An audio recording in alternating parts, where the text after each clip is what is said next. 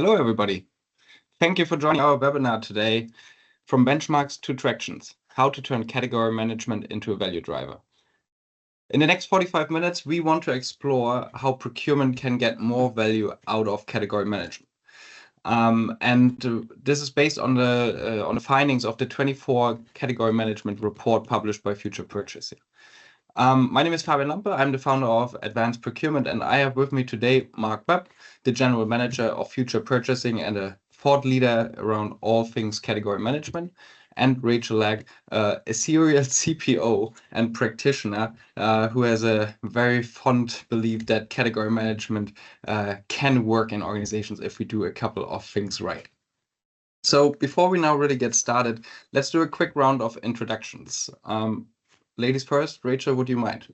That's very kind, Fabian, and it's very interesting to be called a serial CPO. I'm not sure what that says really, but hi everybody. Lovely to speak with everybody today. Rachel Legg, yes, my career is sort of 30 years, background in mechanical manufacturing engineering, but in terms of procurement, 20 years in the profession, leading procurement transformations, been involved in various things, including post-merger integrations, business turnarounds, and I've had the pleasure and privilege of working across 15 organisations with a similar number of industries, and whether that's from aerospace and chemicals to renewables, renewable energy and manufacturing. And I've worked in organisations of all sorts of sizes, structures and ownership models, whether they're public companies, private equity, or indeed they've been scale-ups. And most recently, I guess, is I've held group CPO positions at Rolls-Royce, Lightsource, BP and Johnson Matthey. And as you said, category management has absolutely been at the heart of the delivery. Perfect.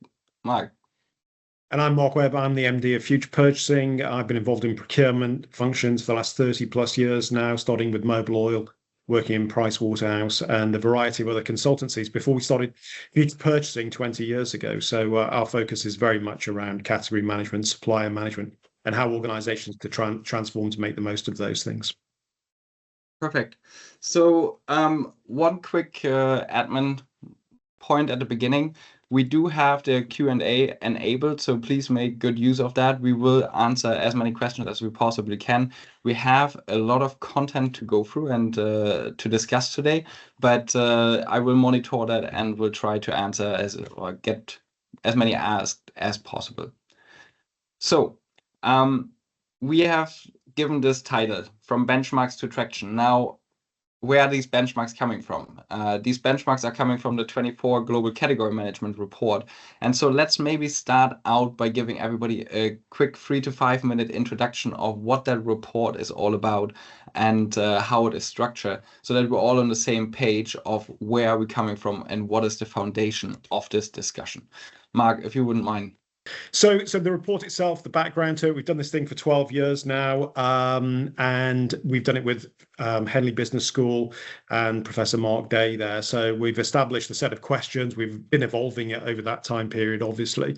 But the real drivers for doing the research was to really identify how much value leaders got from category management. So the leaders in practitioners in category management, extra value that they achieved. How did they get it? What were the practices that they used, and how could we make, the third point was, how could we make that something more of a playbook style so people could learn from the best in the cross industries, actually. So the way that we structured our research this time around, and in fact over the last couple of editions of the report, we've used the Galbraith STAR model. 6 elements to it we'll talk a bit more about later on, but definitely a good model that we found very useful. So that's the way, the 6 sections, 6 dimensions of the report. Looking at the maturity, what Mark from Henley Business School did, he ranked all of the respondents. We see that there's about 75% of respondents group themselves into a starter group. You've got 7% at the other end this time round who are the leaders, and a group of the improving organizations in the middle, about 20% typically. Those numbers have been pretty consistent over the years. And we use this segmentation to enable us to say, well, were the leaders using the practices that we've used in the report? Were they using them to a greater extent? And you'll see the outcome from that, and we'll talk about some of the findings. In terms of value delivery component to this, We put it into 3 dimensions. You can see there: revenue, risk reduction, and cost savings, or revenue and stakeholder value. And again, we'll touch on this a bit later on. But what you can ultimately see is that the leaders in green there, they deliver much more value than the starters. In fact, double the value across every dimension, from the revenue side, where you can see it was 45% from them and 27% from starters. On the cost saving side, the gap between, on the bottom left there, the gap between leaders and starters even starker. 3 times as much value delivered from starters to leaders this time round. And then risk reduction, very similar to revenue and stakeholder value. But what they're all saying is there's lots more value available than we're actually achieving as a procurement team. And that's not us saying that, that's what they tell us when we analyze the results. So that's why we think there's a big business case for doing this even better. A few of the key takeaways, I mean, the one in the center there is derived from the previous analysis, but 68% of value is still available. Top right, 86% of stakeholders don't understand their role in Catman. Again, this is what the respondents tell us. And then as a result of that, we believe, only 11% of stakeholders have sufficient work time for Catman. So because they don't understand their role, maybe that's the reason that you're not getting the sufficient work time and input from people to work collaboratively. And as a result of that, that 68% still remains available. Another stark finding for us was only 20% of respondents felt they had excellent category strategies. And we do think that's the right word to use, because if this is a flagship output that we create and spend a lot of time doing, they should be of a very high standard. But only 20% of respondents say that they get to that level. So again, this is the aggregated view across the 3 different maturity groups. And finally, the top left there, 30% of respondents make sufficient financial investment in Catman. And we'll talk about that a little bit more later on. Why is that? How could we do that more robustly, perhaps with some evidence and with some data?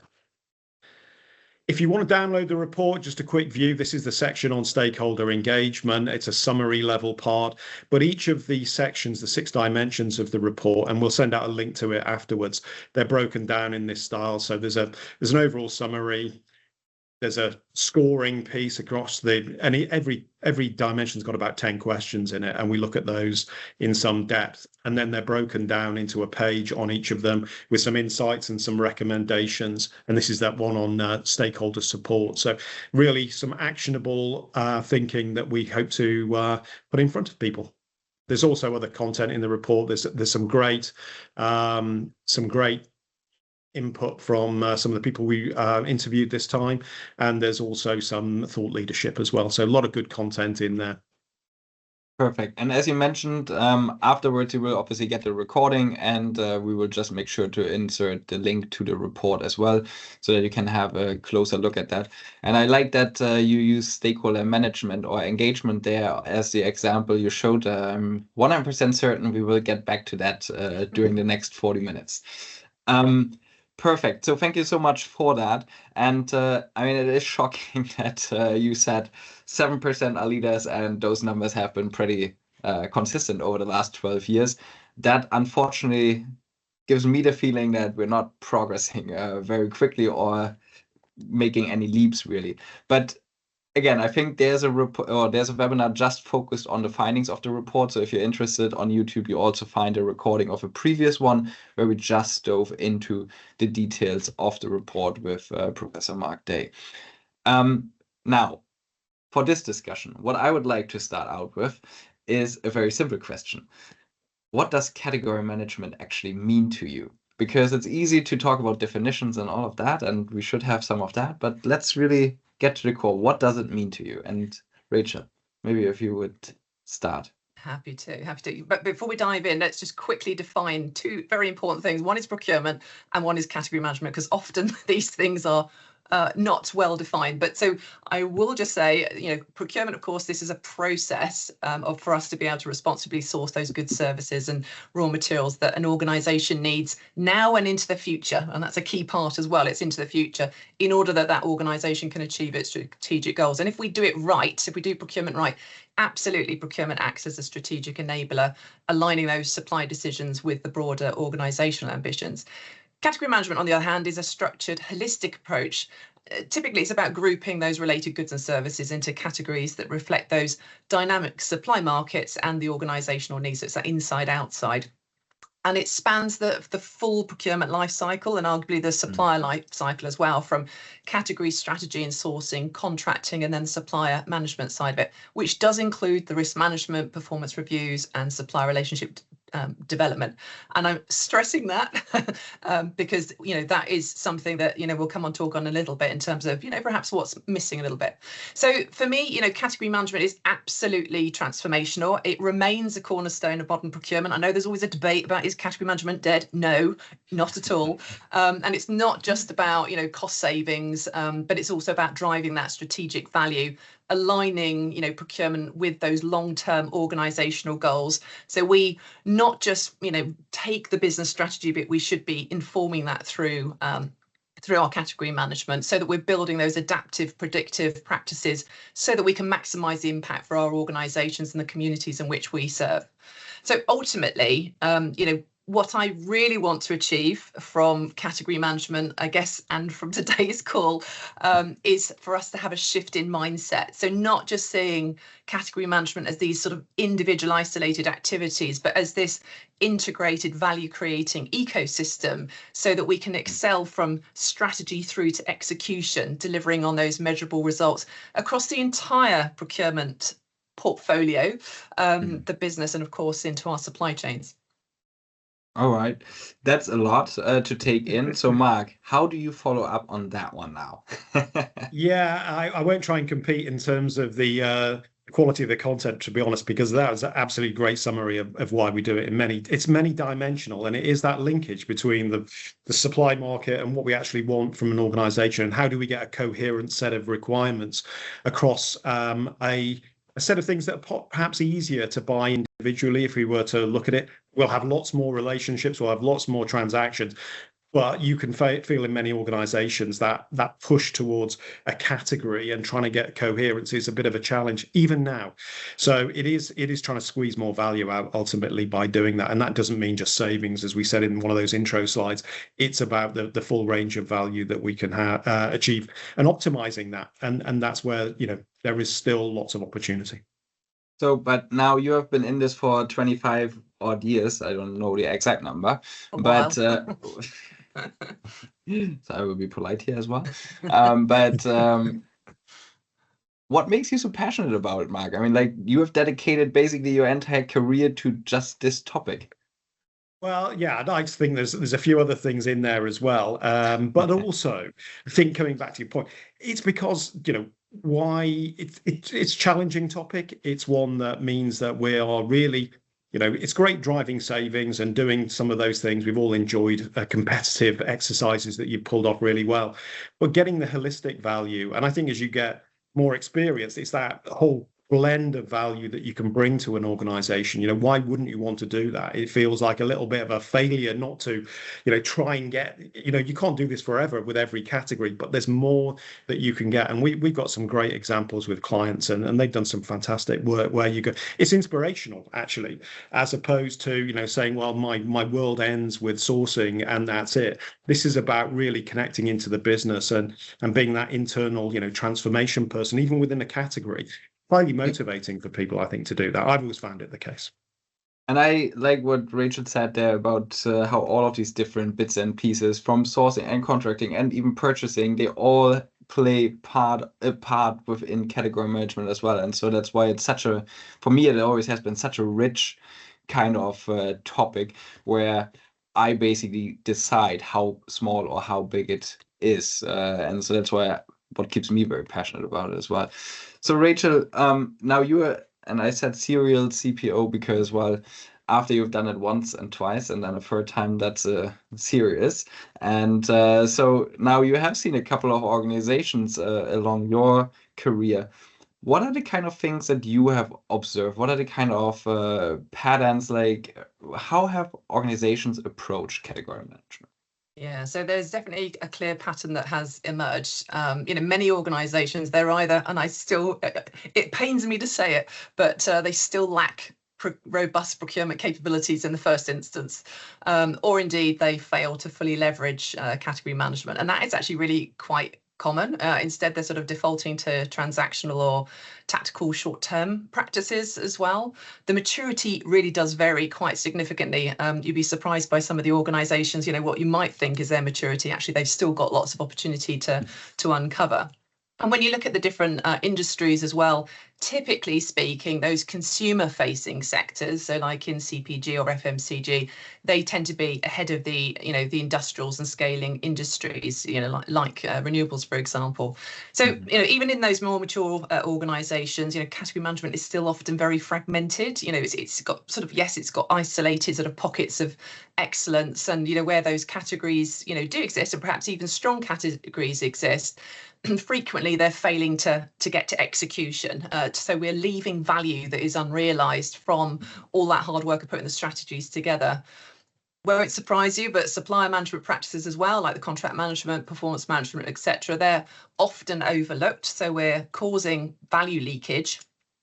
And then when we look at the categories themselves, so typically direct spend categories, they take priority. And I guess, that's not necessarily a surprise, but, indirects, typically is still very much undermanaged and, missing opportunities for savings and innovation. So quite often that's a largely untapped area. And for me, I believe that these issues, they stem from viewing category management as those disconnected activities rather than that holistic end-to-end process that we're referring to here. So when I joined catalytic technology specialist Johnson Matthey, so JM, as their first group CPO in late 2017, procurement and the business was completely decentralized across 30 countries. Its maturity level, sorry if there's anybody from JM on the call, but we were about 15 years behind typical benchmarks, and we had less than, our best guess at the time was 15% of our spend was covered by category strategies. And when we applied this holistic approach across our transformation, we increased that coverage to about 60% over the 2 years. And it really transformed and elevated procurement from this transactional decentralized function towards this center-led strategic partner. And we achieved, 4 times the expected targeted savings, and 2 years early. We surfaced and started mitigating sole source risks, and we boost commercial and supply agility. We had faster time to market on critical projects, and we had so we started to build stronger supplier partnerships that also supported our sustainability goals and our emissions reductions. So absolutely done right, category management is transformational, and it addresses those business challenges holistically, as we've been sort of talking about. So, for me, success does depend on equipping the teams with the right skills and behaviours, and to align strategies and processes and stakeholders. I'm going to be talking about that a little bit later. But basically, the maturity from what you said at the beginning was relatively low, and that is kind of the pattern, that it is still this inconsistent perspective and not the holistic one. Mark, how, obviously you are doing maturity assessments on how mature the category management function works. What is your kind of take and your observation? Because again, you've done it probably in a much more structured way and have can you maybe talk a little bit about that? You alluded to it with the report design and structure already. Yeah, and it was because we had an experience really of clients not experienced. Some made it work, some made it stick, and others didn't. And it was trying to find a way, a formula, if you like, to make it stick a little bit better. And so it's the typical people, process, technology type of thinking, organization structures. And then we came across this Galbraith model a few years back. And it really did speak really well to us, I would say, because it's the interconnection. You start with the strategy at the top, and that includes things like, what are your targets for category management? What are your objectives at an individual level? Do you flow those things down to individuals? What sort of strategy coverage do we want? So that's the starting point, and then it breaks out. And we put stakeholder engagement in there, and there's one for incentivization most in the STAR model, but we put that within strategy, because we wanted stakeholder engagement to be absolutely a separate entity. That's obviously around the way that you communicate, the way that you get people on board. And with a bunch of practices that we built into that to say, and test whether the leaders were using them. And we could see in most cases, they outperform in all of these sort of areas. So it sort of validated practice, if you like. So we've got stakeholder engagement, we've got organization structure. Are people splitting the role? That's a pretty fundamental one, and we'll come back to that.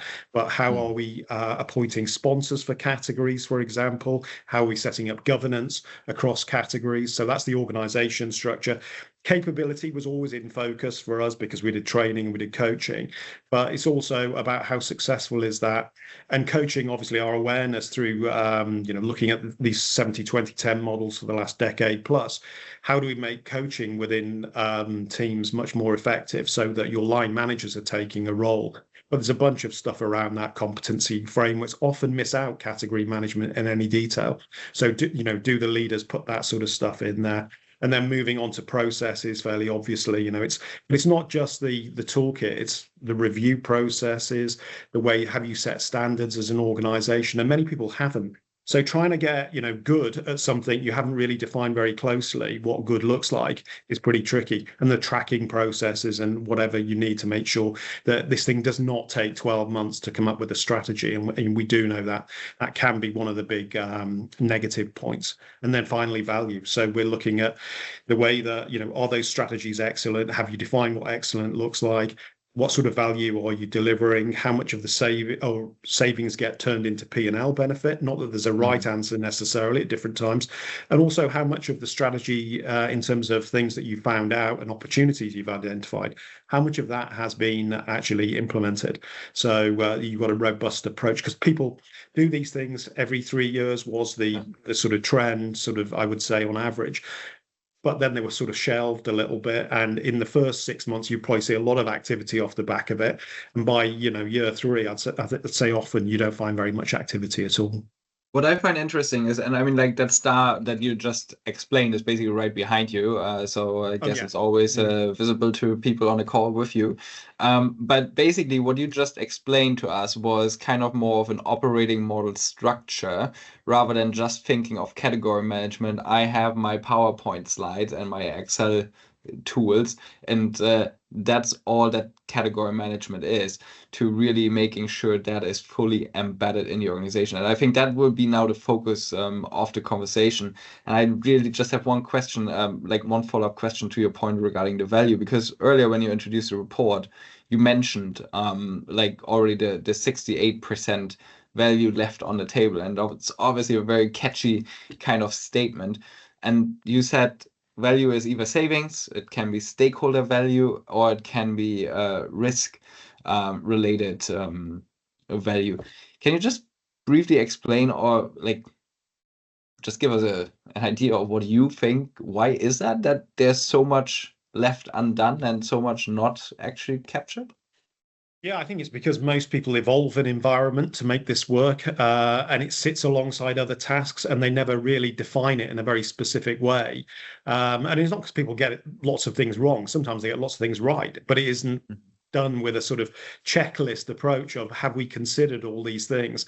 And people come in with new ideas from outside, and often they're good, but it can then not fit with the overall approach. It's just seeing it in the round and getting a leadership team to work together to almost define how they want it to work. So I don't think that happens. So that's at the sort of leadership team level. And then I think at the category manager level, sometimes, what you want to see is a fantastic strategy with really clearly defined benefits of all types, with articulation of the quantity, how much quantity is each of those opportunities worth, and then turning it into a real plan of activity with realistic times in it, and then tracking through that into savings.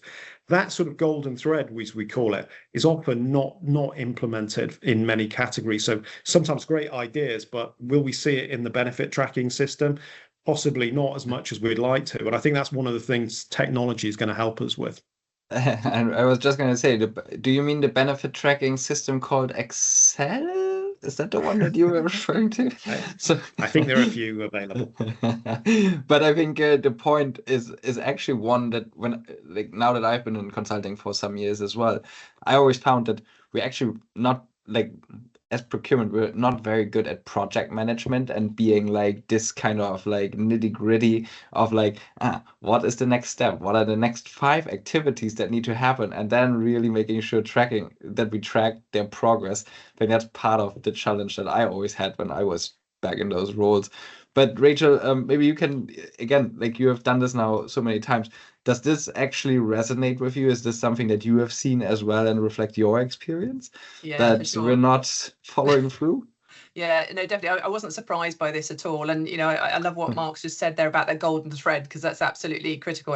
And you've touched on it as well. I mean, two typical areas as well, project management and change management typically are where we sort of trip over ourselves on this. But that golden thread is really important, how you bring that through right the way through. Whenever I go into an organization, one of the earliest things that I will be doing is, is that sort of early priority, defining what the value is, what's meaningful to the business, and absolutely talking on those three axes, because sometimes the business isn't interested in those until something's hit the fan, and then all of a sudden you've got a platform obviously to start building out. Certainly when we think about the last sort of 5-7 years, that risk reduction piece has definitely come up on the agenda, and procurement more and more is actually taking full ownership of those, rather than that sort of supply risk management sitting typically in the sort of the domain of the compliance team. So yeah, I'm not surprised about that. I think what I was surprised about was the degree of difference. Mark talked about it in terms of between those sort of leaders, improvers versus the starters.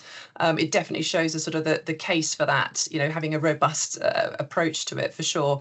And that business mindset, the mindset and the focus of the business does play a really critical role here. So, if the organization does view procurement as more of a cost focus function, it, typically speaking, certainly my experience, and it can be in those sort of low margin industries as well, that is the case. And then quite often you're struggling actually to secure the investment to then, eventually sort of unlock the full potential of category management. Obviously, in contrast, if procurement is seen to play on each of those dimensions, then it is more likely to be seen as a strategic enabler. And then there's a tendency to sort of invest and build those capabilities across each of those. So it's almost like either a vicious or it's a virtuous circle that sort of comes into play. And you obviously want to get on the virtuous circle. Yeah. Yeah, and this strategic enabler or this strategic value driver, we're all still aspiring at, and I think it's a lifelong battle to get there. Because the time has already quite evolved, let's actually now dive into the operating model a bit more, because I think, Mark, when you explained it earlier, that thinking of category management more in this broader kind of setup, I think that's quite interesting. But yet, as a consultant, I hear the word operating model, I'm like, yep, all right, got it. I think for a lot of people, that is actually a rather abstract construct and model. Can you just in three sentences explain again what is an operating model, and then we can dive into the different dimensions and talk a little bit about what we need to do within those in order to make sure that we drive value from category management, as we kind of stated with the title of this webinar. Yeah, I think to explain it in terms that we'd all sort of latch onto, we always say it's the way you're operating, making this work. And doing that in a defined way rather than an indefined way that is actually implicit in the organization. So it is that connected, holistic model, and it's not just the organizational structure piece, which is where people typically default to is, well, design the organization with some categories on it, and that's me doing category management. No, it's much broader than that, and it's how you make the thing sing really and deliver everything that it possibly can do. So, and you see the interconnections, the implications of one change over here has an implication. It might be on organization structure, or it might be on the stakeholders. How are we? If we want to have influence, do we really want to be, much more closely involved in their leadership teams? And people do get to that position, and that's highly influential. And that's something that, again, you could put into your operating model and define. That's one of our ways that we know will have greater influence. We'll have early insight into what people are doing. So I think it's seeing that overall framework in front of you and having it written down, to be honest, is really helpful. And then people can say, well, we want to make a change. Okay, let's put it down into this, let's agree it, and let's do it consistently across the organization. Because again, it's inconsistent across different teams sometimes within the same organization, because nobody spent the time doing it. And you totally understand it. But if you can give people a framework and say this will really help, I think that's grasped with both hands typically. Okay, so I think you mentioned earlier organization, process, people, and tools and technology. Those are usually in a very simple operating model, the different dimensions. Now let's start with organization, right? You just already talked for a second around org design, and I think a lot of times people say operating model equals org design, and I don't think that's necessarily what the three of us believe. But yeah, maybe Rachel, let's hear your point on that. Yeah, no, see, I'm 100% with it. Operating model, OM and OD are not the same thing, but yet every single organization I go into, and not just in procurement, thinks that, and they absolutely dive straight into that. There's quite often a sort of a focus on the spans and layers. You might hear that in terms of, you know, how many roles, different types of roles are reporting into somebody, and how many layers down, flattening that organization for efficiency. And I think that tends to be the driver of it, but absolutely they are not one of the same thing. And just want to re-emphasize what Mark just said. Please write down your operating model, and then communicate that, engage and communicate it with your team so that everybody understands it, for sure, because literally that is what I see is missing in most organizations and transformations. But just sort of talking about, you know, in simplistic terms, the different types of structures, you know, we're familiar with, you know, centralized, decentralized, etc. It's no surprise probably that there is no one size fits all. You know, centralized structures, you know, typically they provide that consistency and economies of scale, whereas, you know, that decentralized enables you to get much more closer to the market and be, you know, arguably more responsive. And, you know, often you're seeing these sort of hybrid models, or the pendulum swings over time from centralized through hybrid to decentralized and back again. I've been around long enough to see that swing several times around. But if you are doing that sort of hybrid model, then, you know, focusing on the right governance is, you know, particularly important. And, you know, it's important for us to think about what is the context of the business environment itself. So you do have organizations that absolutely are about economies of scale, and it is about lowest costs, etc. So, you know, there you might be going more towards a centralized model. It might be that you need to be far more agile and responsive. So you might go towards the decentralized. In my experience, quite often I'm dealing with really complicated environments like Johnson Matthey, which is what's known as an ambidextrous organization, where it kind of needs to do both parts of its organization, like Clean Air, the automotive, we're in the catalytic bricks in your car. You know, that is about economies of scale, whereas, you know, new technologies like battery materials, fuel cells, hydrogen, etc., then that is, you know, very much in the innovative space. So getting that coexisting environment and how procurement sort of layers over the top of that is, you know, is really key.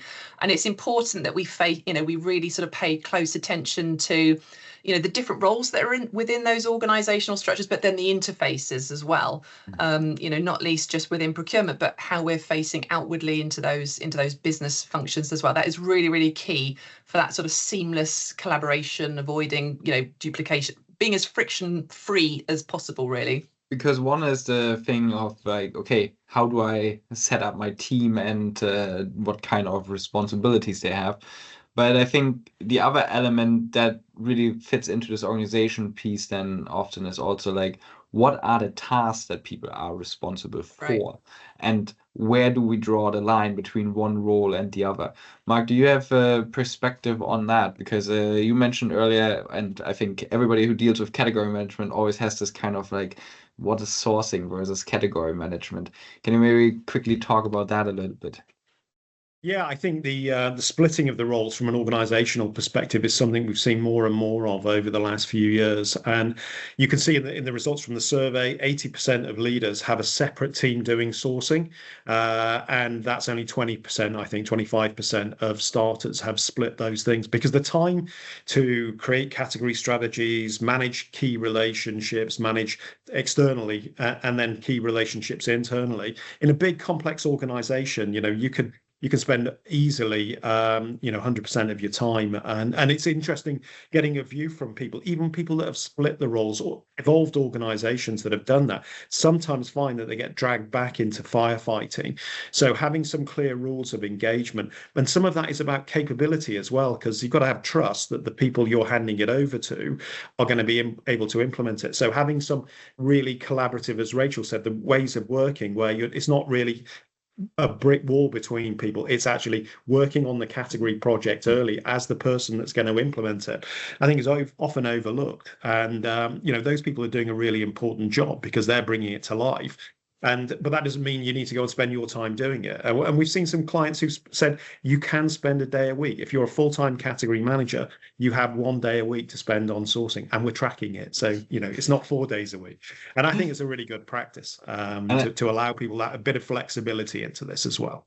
And I think everybody on the call who is a category manager probably knows that feeling inside where you feel like it's pulling you in different directions. So I can definitely sympathize with that. So that was the organizational piece. Now, I think that's a good transition also into now processes, and I would like to combine process and technology, because to me, in this kind of instance, they go very much hand in hand. So until recently, let's say 3-4 years ago, and I mentioned it earlier, the process meant I have a PowerPoint deck and I have some Excel files in order to now come up with a good strategy. That obviously has changed. There's companies like Acerto that have emerged and are really now digitizing it. SAP has made a splash by joining this space as well just last year. And AI obviously has a very big impact on how some of these processes are run. How important is it to have a great toolkit to start with, and how can you now leverage technology in order to get to that next level? What is your take on that? And I don't know who wants to start.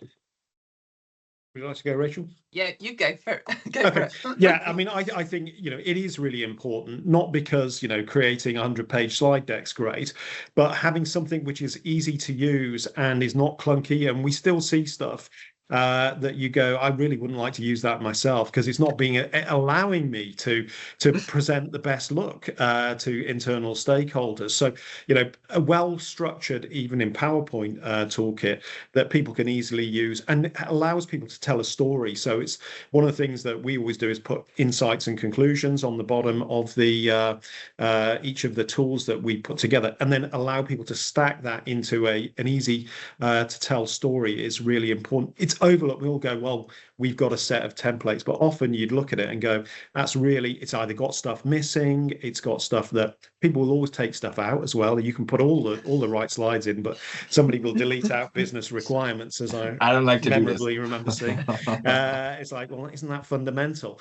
So having that toolkit and giving people the right training in it so that they do understand how it fits together, and doing some, having coaching and peer reviews and all that sort of stuff adds so much more value than probably, to be honest. Classroom training is great, creates a foundation, but it isn't going to shift the dial. But having the toolkit ready and there that you can use, and technology is changing that, because those toolkits that you mentioned are starting to make it easier to keep people onto a set of rails. I would say they're not all as flexible as they might be at this stage, and there's some concerns around how AI works and does it deliver everything people perhaps expect. But these things will do. This will change very shortly, I expect. Yeah, absolutely. And it's quite interesting you say that about, people spending their time almost trying to do the workaround all the time. That's why they like, it's almost like a gyroscopic effect, isn't it, on the Excel, because they have got that ability, unless it's really locked down, to be able to modify it. That was one of the reasons why very early on at Johnson Matthey, I had to, I put in Certio. I talk about this, a lot, because, basically we spent so much energy and effort across our starting point of a decentralized function, just trying to work out what the hell was going on with the numbers, getting line of sight across the business. It was a waste of resource. So the numbers are wrong. The numbers are absolutely wrong. Well, this is the challenge, right? So, but there you lose your credibility with the key stakeholders, especially around finance. Those financial numbers, which is typically the value dimension that you start off in. So, getting that visibility, using platforms like that, Spend Analytics, digital strategy tools, project management, that gave us the visibility across those categories, and then helped us with prioritization and understanding where is there blockers for the team actually in terms of resources. We might not have aligned those, for example, with stakeholders, etc. So it allowed us as a leadership team as well to address those key priorities. So I think absolutely you want a solid roadmap to get to a great technology toolkit. I do think that's essential to become a leader in category management, but you can absolutely start with the basics and just get going. Okay, so we talked about organization, and that obviously people need to decide who is doing what and what is their scope or their merit. We talked about defining the process and potentially using tools for that. And now the most important element, the people part. that's always the juicy one, right? Because especially in this kind of time where tools often promise that they make you more efficient and we might not need everybody anymore. What is the role of people, and how do we make sure that they are actually capable to deliver on this? I think that's, for me, always the most interesting one. Yeah, I think it's technology plays a role at the moment, but the people is 90% of category management is around the people side and interacting with stakeholders, forming proper teams that work together and co-create strategies and implement those things together. That's something that technology can help in some ways, because it can bring up the speed at which you can get some of the hard data. But it doesn't change those facts. If you want people to buy into stuff, you've got to share it with them, and they've got great ideas too, and we should never forget that it's often, suppliers give you ideas, and stakeholders, that combination is bringing that together is what the procurement team does. And those are skills that, you can train, and some of those behavioral skills can be trained. And we've had some great success with clients where that's been really the key focus of what they wanted to do. They understood the technical side, not so much maybe as strong on the behavioral, but we always know these two things, the technical skills and the behavioral skills, are the two top things that come out from the research that we do. Anything that you would like to add, Rachel? Yeah, I mean, I guess, because the soft skills are the hard skills, typically speaking. I mean, there's a nature nurture debate, I guess, on that one. But certainly, what I'm always looking for within my teams is, aside from I need and want and expect a curiosity, generally, a capability, in terms of being curious about the business. Typical soft skills for me, I guess they would be inevitably around sort of stakeholder engagement, and that's the communicating, influencing types of skills. Relationship management, no surprise there, and then it's really around adaptability, because we're dealing with a lot of sort of ambiguity. So really being able to, to get to the heart of what a problem statement actually looks like, and being able to articulate that and then, bring that into your category strategies and working that through is fundamental in terms of what we're doing. And especially as we're in sort of environments of those regulatory changes, it's a fast moving adaptive environment that we're in. So those are some of the sort of key things. And of course, then, storytelling is an absolute must to be able to influence and communicate. Unfortunately, we're almost out of time, and just one additional question here on this one, because a lot of these soft skills you don't really learn by watching a video. You don't learn them by sitting in a classroom training. So what is how can you teach people, and how can they actually get better at this? Coaching from your line manager, coaching from somebody who maybe externally, but also testing things with your peers. Doing that is how many people practice a negotiation? One of our teams always saying that to me, can we get the client teams to start practicing with each other before they go and do it live with the client? I think it's, that sort of thing, being a bit more willing to, take a few risks and see what the reaction is with people before you go and do it. I think it's part of that mix. Perfect. Absolutely. Just a very, very quick point. This is important in terms of we're working more and more on a hybrid basis, and we have to be really cognizant of those talents that we're trying to bring up and through, and that what you just described there in terms of those buddying and mentoring aspects of it is we have to be really deliberate and conscious to doing it. Sometimes it doesn't come across. Those opportunities to do that become more limited when we're in a virtual space. So bringing the physical space into those opportunities, it really needs to be conscious in the mind. And we are out of time now, but the good thing is you and I, or like the three of us, we still have 5 minutes. So we will just run over. We will record this, and everybody who has to drop out, you will get that recording. I saw some questions around that as well. But I think there's one final question that I don't want to leave without, and that is, what is the business case for category management? Now, we talked about the structure that we need to put in place, and I think you alluded to it earlier in one of your answers around the value discussion, Rachel. But what is that business case for doing category management right? Yeah. So my lived experience, my latest one is Johnson Matthey. It was, we delivered 4 times what was expected and publicly communicated externally. So that's my lived experience. But when I look to, the excellent report, the category management report, and we look at that, the leaders are achieving, 8% of savings per, billion euros compared to starters, which is 2%. So it's kind of a bit of a no-brainer, to be quite honest with you, Mark. And that's why we did the report initially, was to gather some stats to say to people, here's the business case. You're on a line, you're somewhere on that line. Can we move you further along that line so that you're going to, every initiative creates much more value. We've got to be realistic. If you're going to put in 100 million extra of a savings or whatever the number is, what does it take to get that? It's not hanging on trees, and you've got to make some tough choices and maybe go and spend some more money on your own team. But yeah, it is a straight line, and the stats are in the report around how you can build a financial business case as well. That is actually a great segue, because I just looked at the questions we get in the Q&A, and Charlie was asking, what are those trend lines and patterns that emerge, and how we can actually move from one stage to the next? And I think, Mark, maybe can you spend just 2 seconds on explaining what it is that you do to help people basically understand where they are and move on? Yeah, you have to understand, you have to baseline where you are. I think that's an important step. And it could be looking at the category strategies, the quality of those, the coverage of those, the savings that you've made, the initiatives that you're running through. So how do you manage initiatives? So there's multiple sort of ways of gathering that information. And obviously interviewing category managers and getting a good understanding of what their views are of the constraints of the organization as well. I think it's really important. What are they finding challenging? So you're getting that. And a recent project we worked on, the team we work with, fantastic for really giving you between the eyes. No, the organization does this, and it is not the most smart things that we could do as a team. So harnessing that knowledge is really important, and then building that sort of current situation, and then working out, okay, if we tilt like this, or we put these things in place, can we get to somewhere more, as Rachel said, towards that, if we use broad brush terms, 8% sort of level, where do we want to be? Where could we realistically be in 1, 2, 3 years? Because it does take that sort of time period. We've got to be realistic as well. And I think, Rachel, you said earlier, it took you 2 years to then quadruple the results. Is that what I heard? Yeah, absolutely. In terms of coverage by category strategies, absolutely. I mean, and that was one of the key shifts for us. It was, moving from that sort of near term, so in year, because we were very operational, very, sort of tactical. And so we're in the business cycle, which is typically about getting stuff out the door.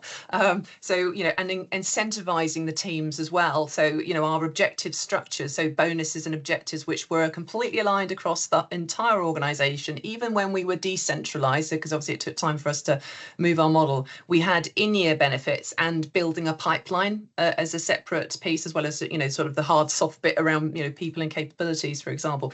And they were really important because, to give the teams and our stakeholders that view as this framework of objectives and bonus and driving mechanisms is not changing. Obviously, with the dials within it and how you're tightening them changes, but they can understand that we need to have a long-term, certainly 3 to 5 year horizon, especially in an organization like Johnson Matthey, where, we're linked to quite long product life cycles, not as long as Rolls-Royce, by the way. That is mind-blowing when you're talking about 40, 50 years, etc., and more. But in the automotive space, platforms, cars, models are like 8 years. So you've got to be able to, maneuver within that. And, when you've got lots of difficulties. So that incentivization and getting that golden thread that Mark talked about is super important. Yeah. So I see more questions come in, and you know what, screw it. We just take one more, because Corey just asked, based on your comment earlier, that FMCG is usually a little bit further ahead. What do you think that is? And do you actually think that they're also better in what they then deliver, or yeah, it's a great question. Further? Yeah, it's a great question. Generally speaking, this is my personal view. Generally speaking, if it's a consumer-facing business, because consumers vote with their feet very, very quickly, which means impacts revenue very, very quickly. Therefore, it means that the company typically will engage on more value dimensions, not necessarily across all the categories. Sometimes it can be against, critical ones like palm oil, or, the thing that's in the consumer's mindset from a category point of view tends to be where there's advancement. But then when you look at the other categories, then I would probably venture to arguably say that, the maturity could still be there. But it's like anything, all companies, no matter about their size and scale, have got a limited resource to some extent, and you've got to be able to prioritize exactly what's material value for the business. Mark, is that also your observation, or you're not working too much with FMCG?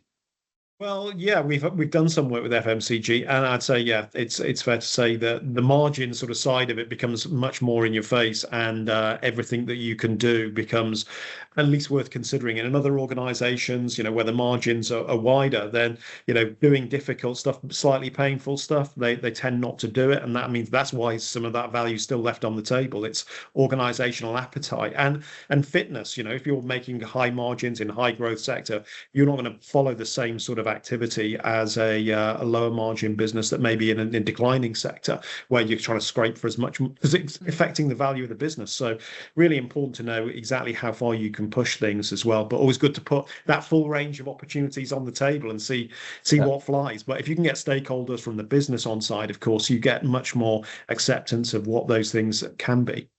And just on that point, very, very briefly, Fabian, when you're thinking about the organizational structure and your procurement leadership team, one of the key things we did in Johnson Matthey was that the global procurement leadership team, certainly the first iteration of it, a lot of those heads were stakeholders from the business. They were not procurement people. To that very point about integrating and having a diverse leadership team, you're bringing the business, and I know procurement is part of the business, but the business stakeholders much, much closer and integrated, and there's skin in the game into what we're trying to do.